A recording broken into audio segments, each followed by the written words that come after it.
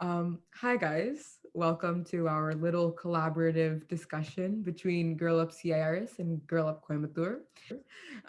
So before we jump into this discussion, let's take a moment and maybe introduce ourselves. So I'm Vinaya, and I'm the president and founder of Girl Up CIRS. I'm Spurti. I'm the PRO of Girl Up Coimbatore. Hi, I'm Anshika. I'm the secretary of Girl Up Coimbatore.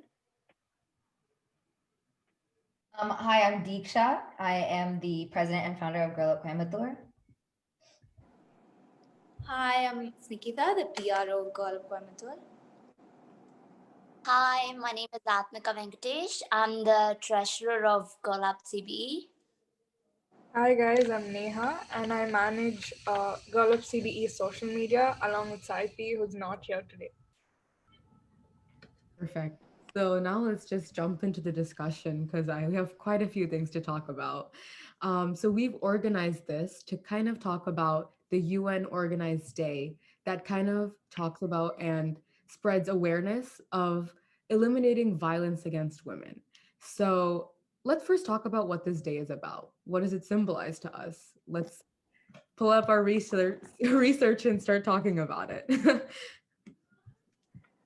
So yeah, so violence against women is one of the most widespread human rights violations, and it remains very silent, and a lot of people don't know about it, or like it's largely avoided because of the shame and the whispers surrounding it. People don't usually like to talk about it, or whoever is experiencing it, it's very hard for them to open up, but it is one of the largely uh, present human rights violation, especially gender-based violence.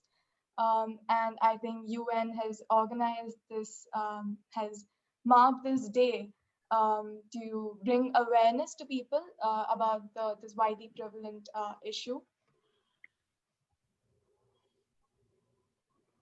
Yeah, and also I wanted to add, like, especially during the pandemic, COVID-19 pandemic, I think the rates have like significantly increased of violence and domestic violence that happens at home as well. And a lot of it goes unreported, especially in India where we stay. Um, a lot of the cases and the issues go unspoken because of, like Sporty said, like the stigma that surrounds um, violence against women and talking about it in the society and public. Yeah, I totally agree with what you both said. Um, so kind of leading into the next topic. Um, so there are a lot of people who suffer these incidences of violence and sexual assault, harassment, multiple things. So how can we help them as a nation and as planet Earth? How can we help survivors and how can we stand with them? I think So, what is already there. I'm sorry. no, continue, No, continue. no, you should go ahead.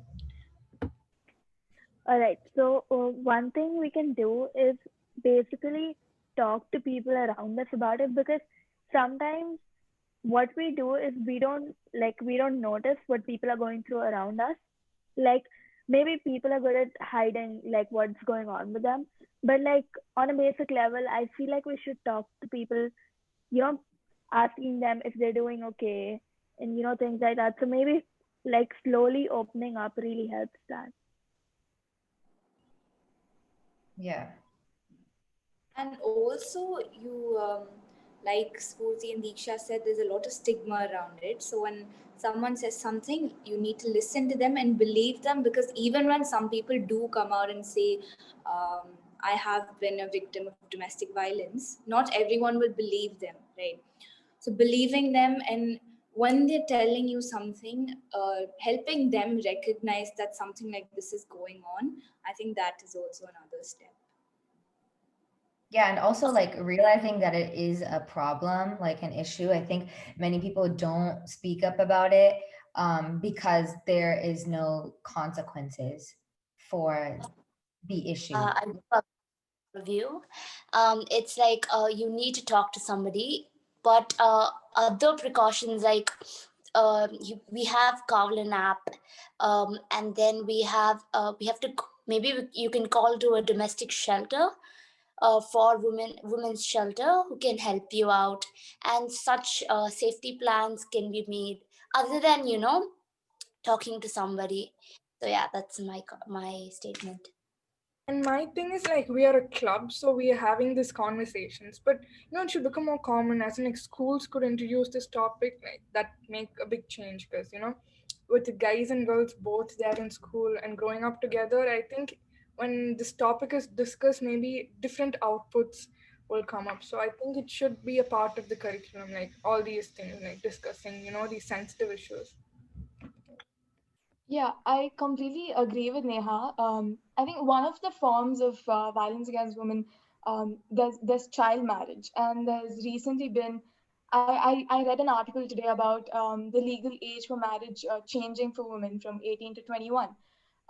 So how does this might help for a few people, but it's not that widely known. So in if you still go in rural villages, there's still child marriages that it's widely prevalent. And surely one of the ways of eradicating all of these ideas, this shame, all of this surrounding this entire gender-based violence, I think the first step for it should be proper education. Children should be made aware of this in school, and yeah, a lot of awareness camps, not just in the urban area. A lot of awareness camps to the people who are not, you know, not that available, and they can't, receive these knowledge easily. So a lot of awareness camps definitely helps, and the government should the government should take an active role, not just NGOs. But this, I think, this entire issue is India is one of the most is one of the countries which has the most cases of such issues, and the government should definitely act on it. But we still have NGOs. Are they helping? Maybe, maybe not. But yeah, I totally agree with what Spooty said. And I definitely think that there is more that we can be doing in this whole situation. But sometimes this type of violence is not always physical or sexual. There's also a big problem with verbal violence. So, how can we understand abuse better? Verbal violence.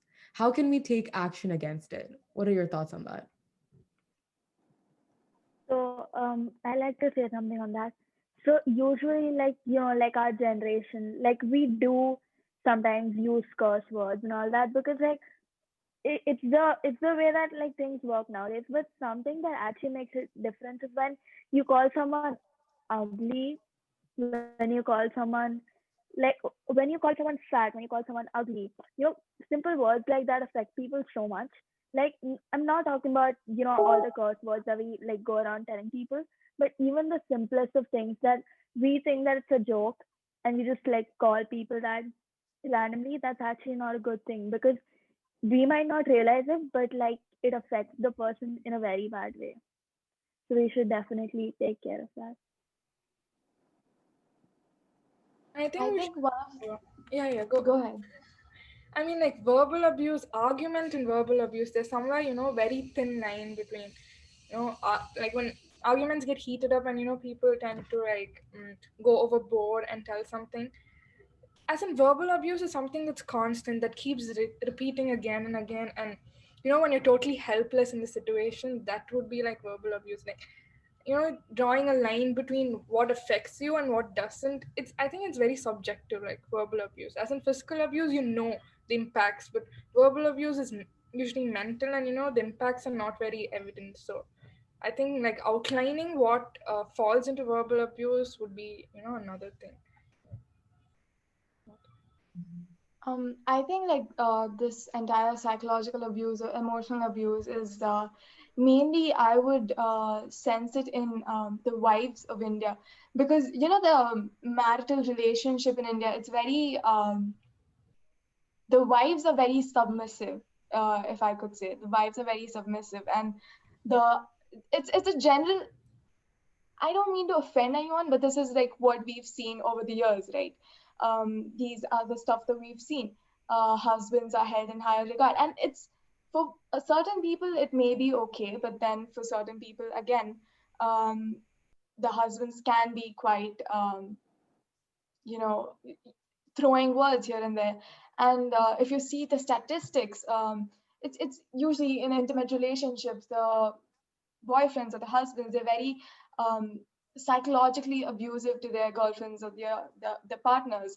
And women holding them in such high regard, taking their words into our brain, taking everything so hard to our hearts. I think that definitely qualifies as psychological abuse, and that really messes with your head sometimes when someone you love so much, admire so much, keeps putting you down constantly. Yeah, it does affect a human being. Um, Can I Also, when follow some up And on that? also like Neha said, oops, No, wait, as in, go I ahead. just want to know, do you who's think talking? people know that, people are affected when they say something like, as in, do you know the person, as in, like, in your case, the husband or the boyfriend is aware of the impact that they make? I mean, definitely not, because that's how they've been brought up, I guess, insulting people around them. And, the term psychological abuse, it's not even familiar to a lot of people. People don't know how it actually scientifically affects your brain. It's just, someone, if I go and cry to my friend, he said that I'm feeling very hurt. Of course, this is not as intense as psychological abuse, but then say,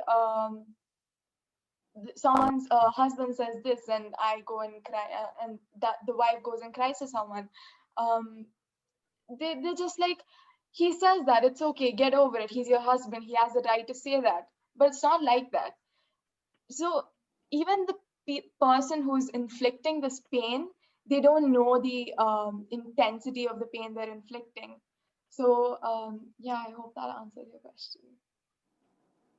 And also, I had something to say, like, if basically when it comes to verbal abuse, like if we were to sum up the idea, I think the overarching issue would be like putting a name on what verbal abuse is. Like Neha said, when it's physical abuse, it's a little more explicit. Like you can define physical abuse. But when it comes to verbal abuse, it's more subjective. So if both genders were taught what exactly is verbally abusive, then I think that would be a step in the right direction.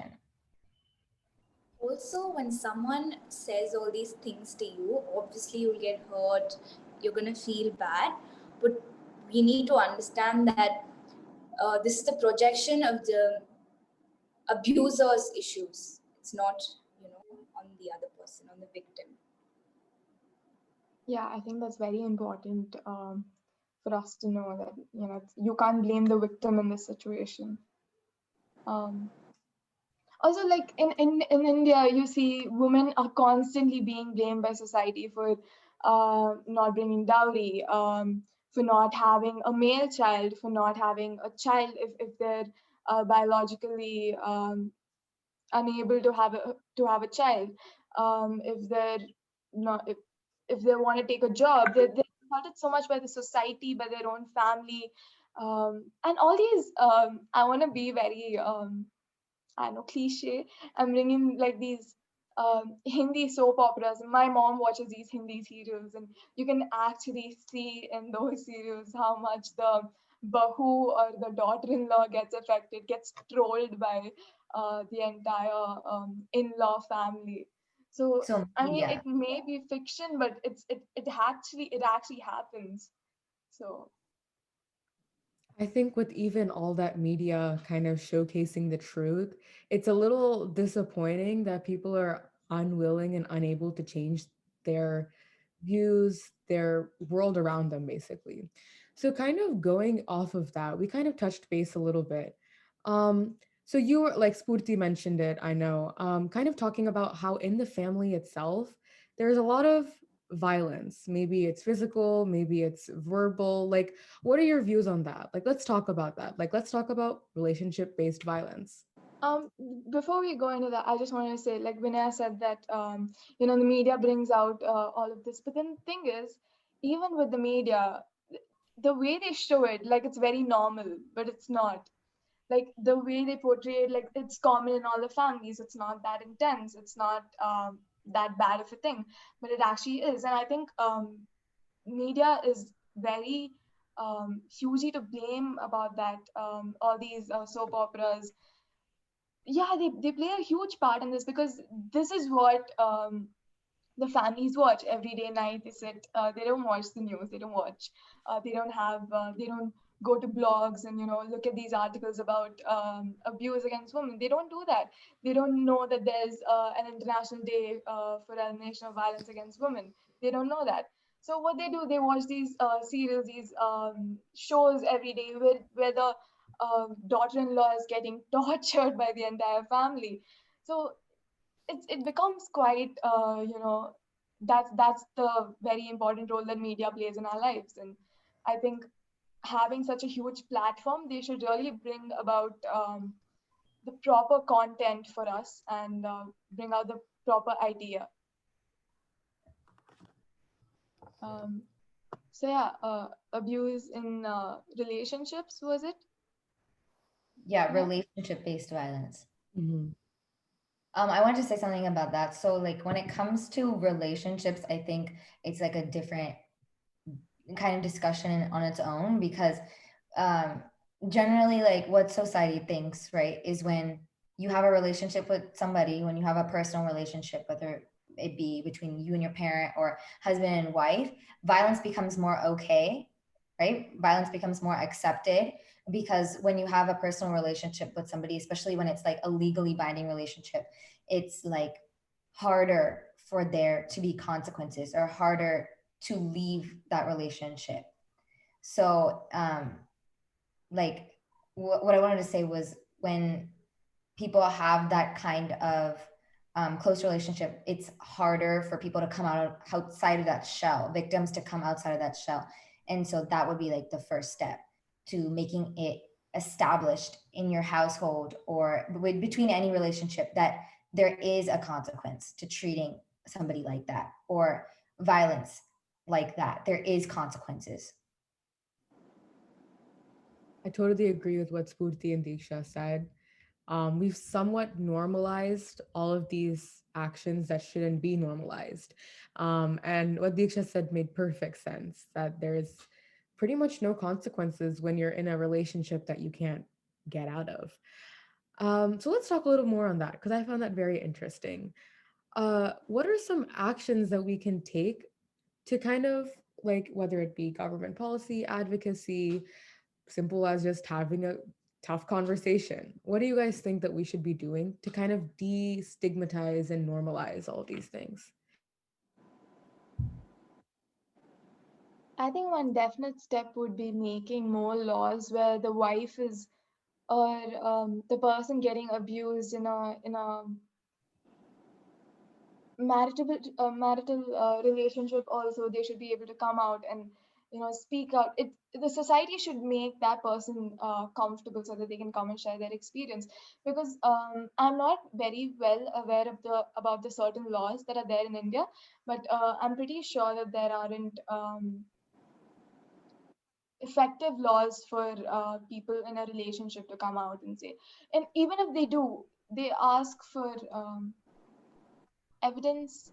And I guess when you're in a relationship, you won't be able to um, give evidence most of the time. But then I think sometimes you just have to take their word for it, to take the word of their victim.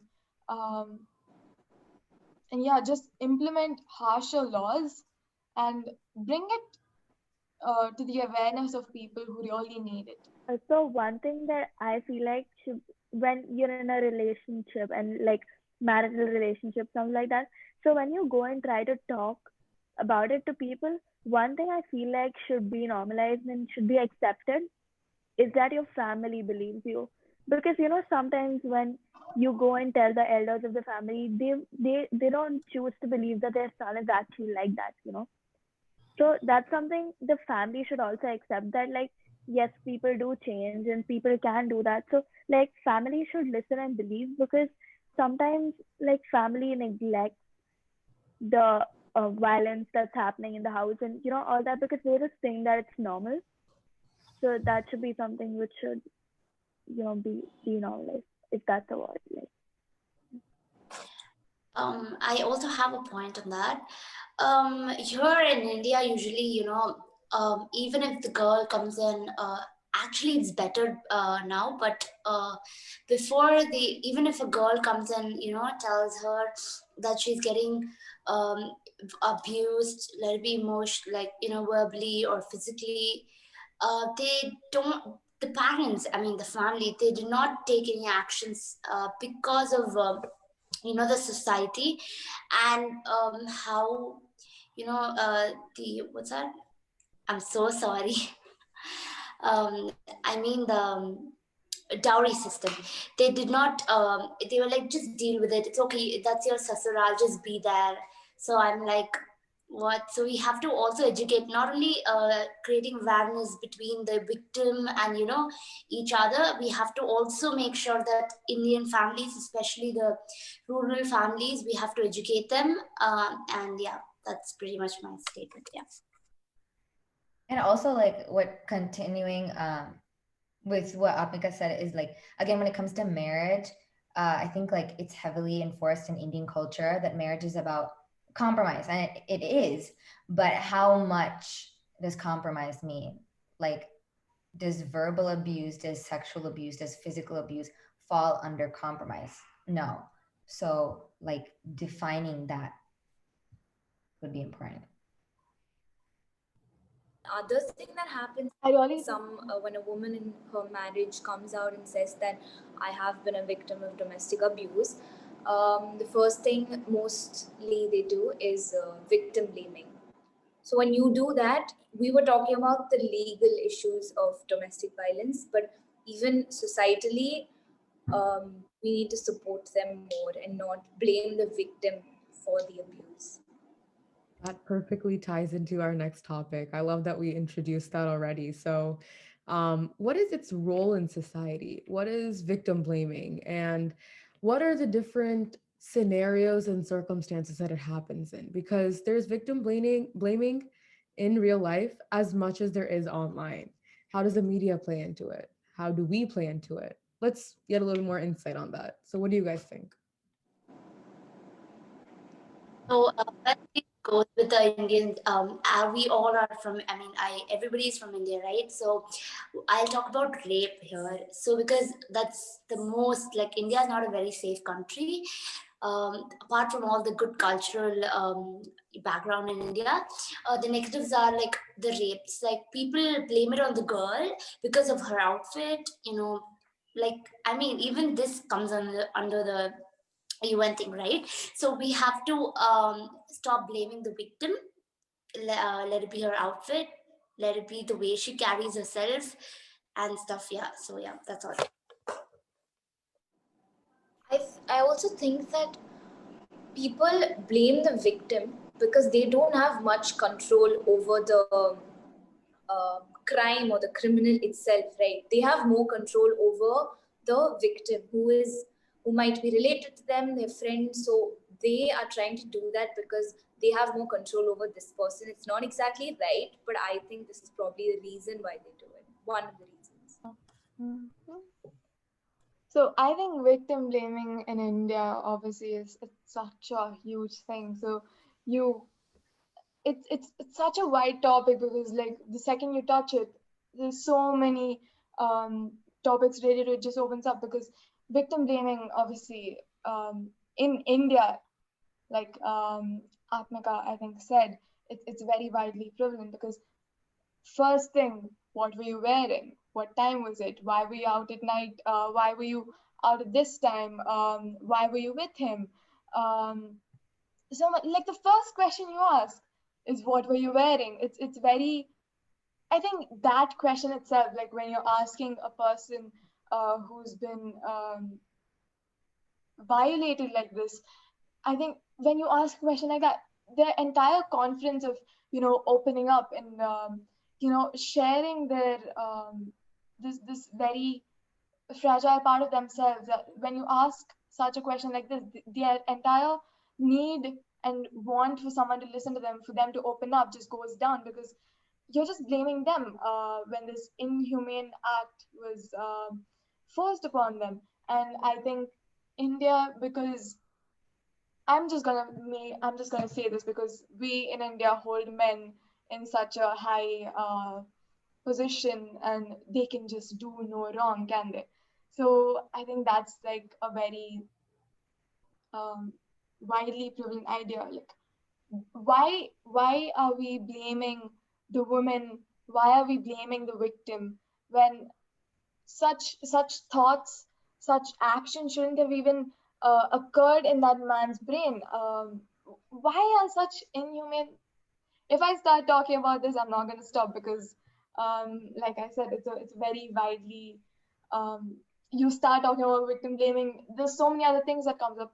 Even with the Nirbhaya case, it's a very sensitive topic, but then um, I'm just gonna touch and go. So it took so much time, 8 years, Yeah. I think, eight Mhm. years, right? So 8 years. Why did it take 8 years for such a inhumane, such a 8 years is a very long time for a girl to get her justice.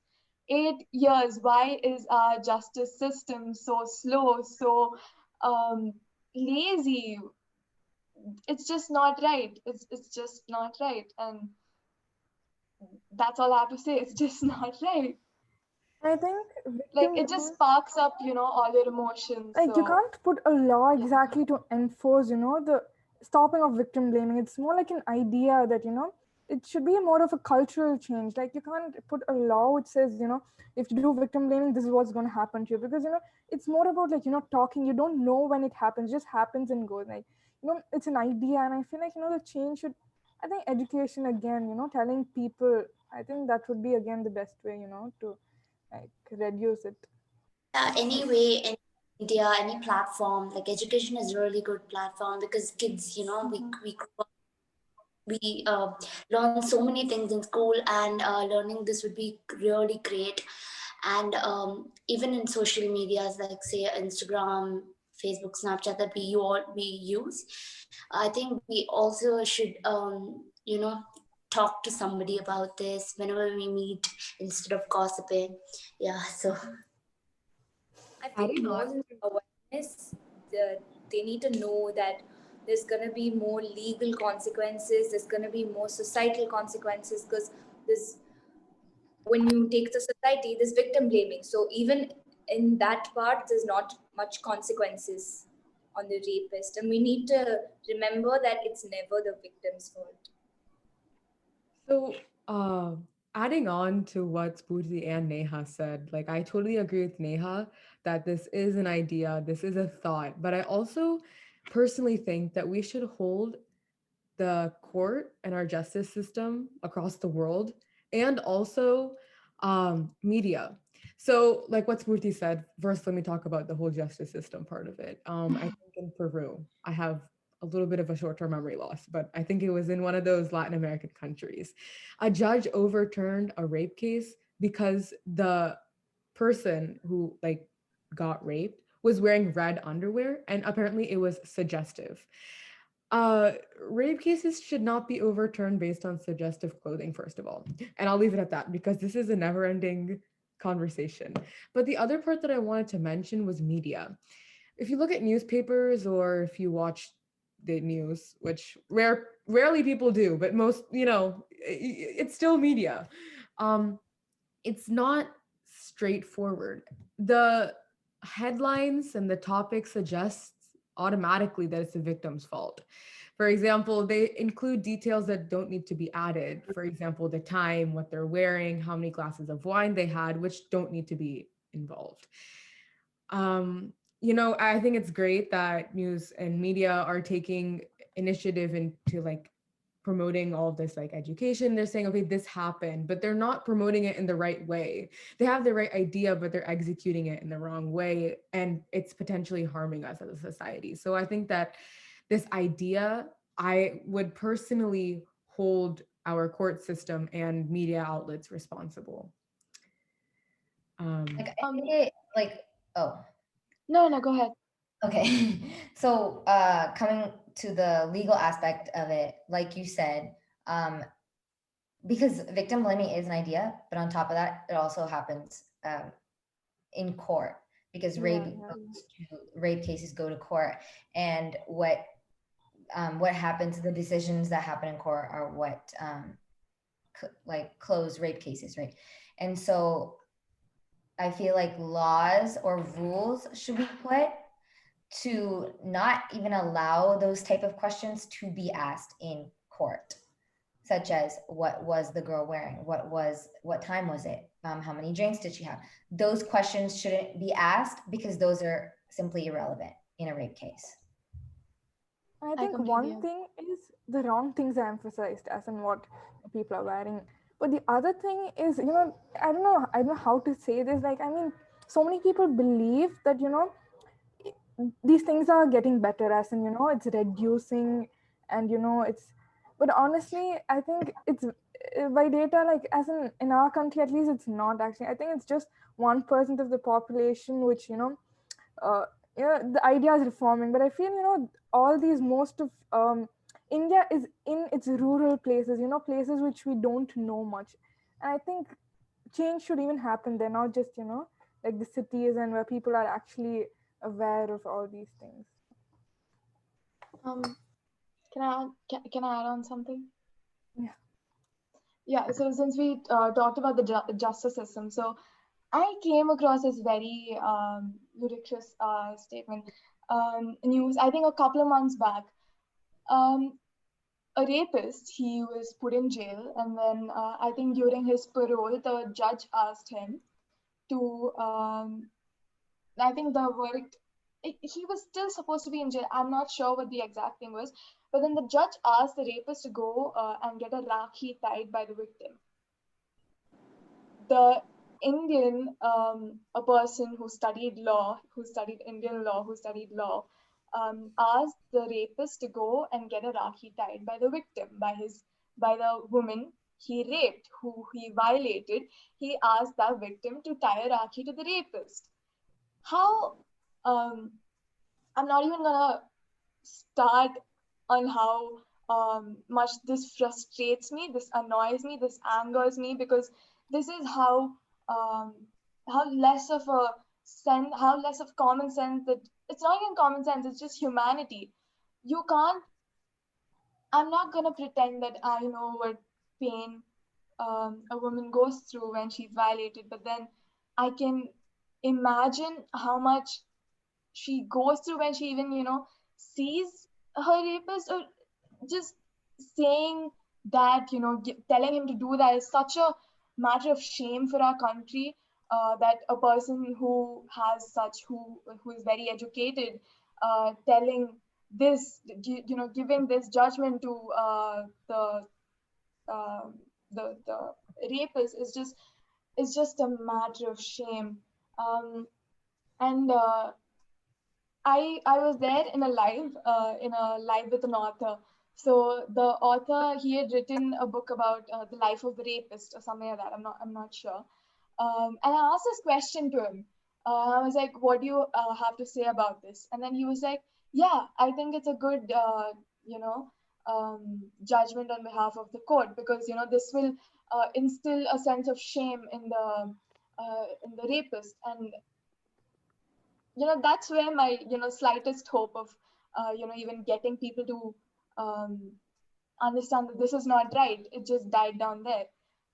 And I think the recent Hathras rape case, there was a very widely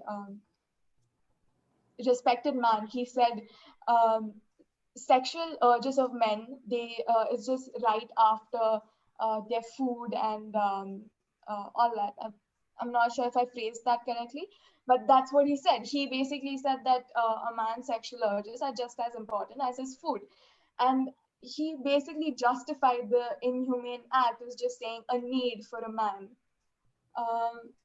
That's where, the slightest hope that you even have for this country to change, it just dies down every single day, because India per day, on a census taken by a newspaper, Times of India, I think, India per day sees 88 rape cases per day. So I think that's enough stats for us to work on our Um, country.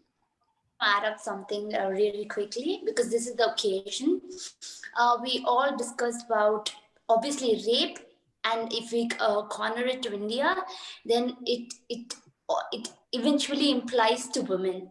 But I think we also should make a call here because we can't blame all the men, and we don't obviously, but there are few men who are bad, like who needs to get educated, who needs to grow obviously. But we also come across cases for sexual abuse and harassment or whatever with the men too. So we also as a group talk about men who sexually getting harassed and stuff. So this is a good platform to discuss about both men and women. But yeah, I understand totally because in India we come across more of women cases, which yeah, I totally agree. So kind of taking it from there. So like I mentioned earlier, that I would personally say that we should hold the court and our justice systems as well as media accountable. But some people argue that we should hold all of mankind as accountable, which I agree partially. But I also want to get into another topic. What is toxic masculinity? Because some people say that this directly feeds into the whole problem of so much violence against women. And since this is a topic that can go on forever with, and there are a lot of examples that society has proved that there we're not exactly the best people in the world. Let's keep it kind of short, because we have two last questions and then we'll wrap up. Yeah, so I would want to, define it firstly. Toxic masculinity is just a term which is used to describe the negative aspects of the exaggerated masculine traits. So that's what it is, and we all come across this in our, high school or middle age. Boys will be boys. I hope everybody has heard that statement. So with that, I would let you all continue. So I'd like to add on to that. So there's just like this thing with boys. If you guys like read books and if you guys like watch movies, you'll know that if a boy is not, rough and tough, he's not buff, he's not muscular, he doesn't act like a boy, like God knows what that's supposed to mean, but they call that person gay. Like it's just homophobia. I don't understand why that happens. Like just because society expects men to grow up in a certain way, and if someone's different, they label the person gay, and that person has to go through so much bullying in high school. That's something I feel like is a very very prominent example of toxic masculinity. You can't like make up when you're a guy, that's a bad thing. You can't wear dresses when you're a guy, that's also a bad thing. But like I feel like this should really be, you know, talked about more, and people should understand that this is such a wrong thing. Yeah.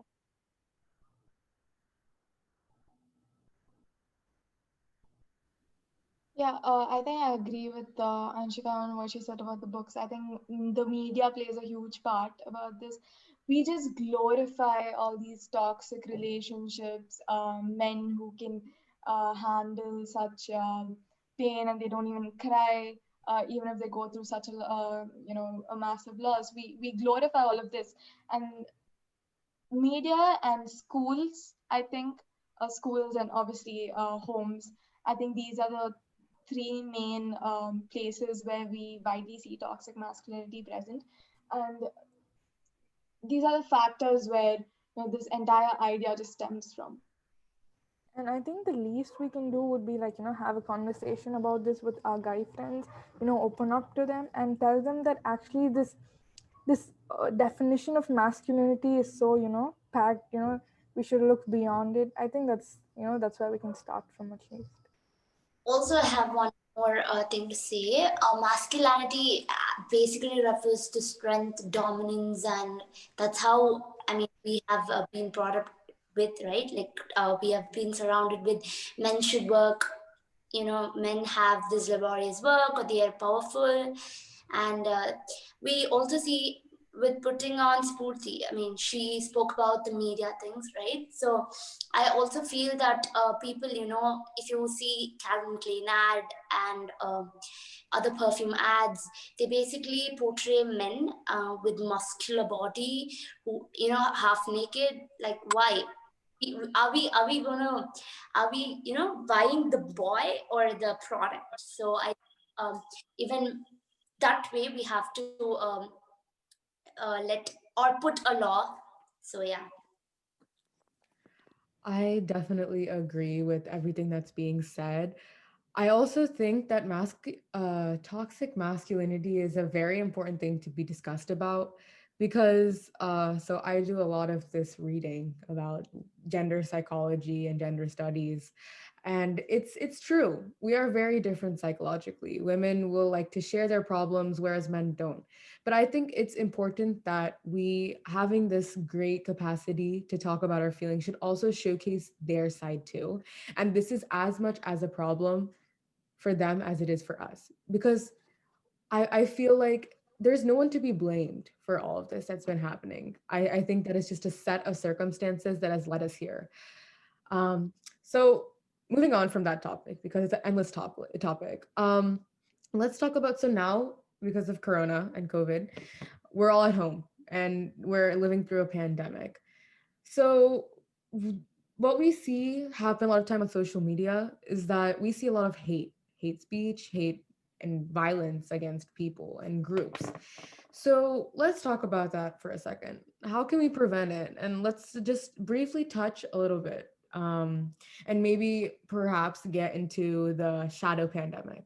So who wants like let's talk about that because I think it's very important with how the way that we're living life right now. It's extremely important that we're aware of what's happening.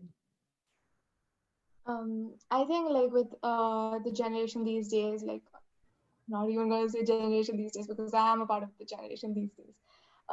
So because of us, widely being on social media, we're just exposed to all of the hate comments. You see celebrities going off their Instagram for a while because they couldn't handle the hate comments, limiting their comments because there are too many people hating on them.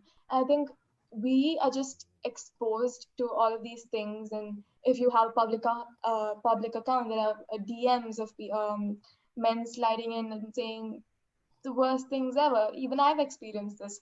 And I think it's just, you can't, I wouldn't say the only right thing that we can do is educate. Educate, educate, educate. That's where everything starts. I think it's as in like online hate speech is more. There's more hate speech like these days because it's easier to demean someone online than face to face. I mean that's why when people are, you don't really know their identity. It's just happening online. So I think that's one thing. And then it's not just men that pass on hate comments on women. I think sometimes even women pass on hate comments on other women, which is like more sad because Sad, yeah. we should be able to understand what we're going through. So yeah. So this seems like a good place to kind of wrap up everything. And I believe that with every conversation, as much as it is important to talk about it, it is equally important to take the next steps.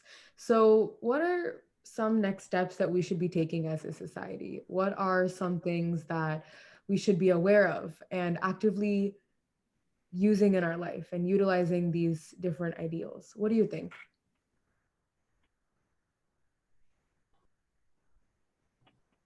So I feel like one thing we should start because like it's only like the seven of us talking here, right? So like God knows how many people are gonna watch this whole thing going on. So I feel like we should talk. We can see all this happening in our real life. It's not like we live in like a perfect school, perfect family. Like everybody has this going on around them. So when you see something like this happening, speak up, because we're telling each other to speak up. And if we don't do it ourselves, who's gonna start, right? So let's just start by the basic step of like speaking up and like defending the right thing, you know. So maybe that's a good place to start.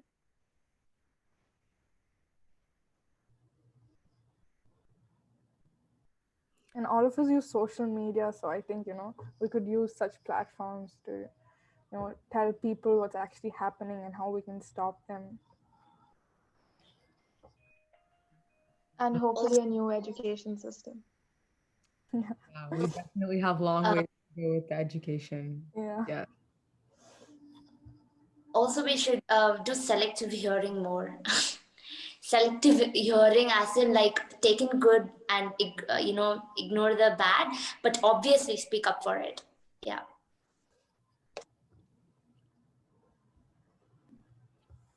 All right. Well, this sounds like a good place to end. Thank you guys so much for joining us. I personally can say that I absolutely adored the conversation, and we are so blessed to be having this conversation with you right now. I definitely learned a lot of things and learned a lot of new points. I know I can say that for myself. And yeah, I definitely think this is a good place to stop. Thank you so much once again. We're like, I can keep saying thank you all day, every day, because this is absolutely amazing. you Um, all for right. inviting us for this.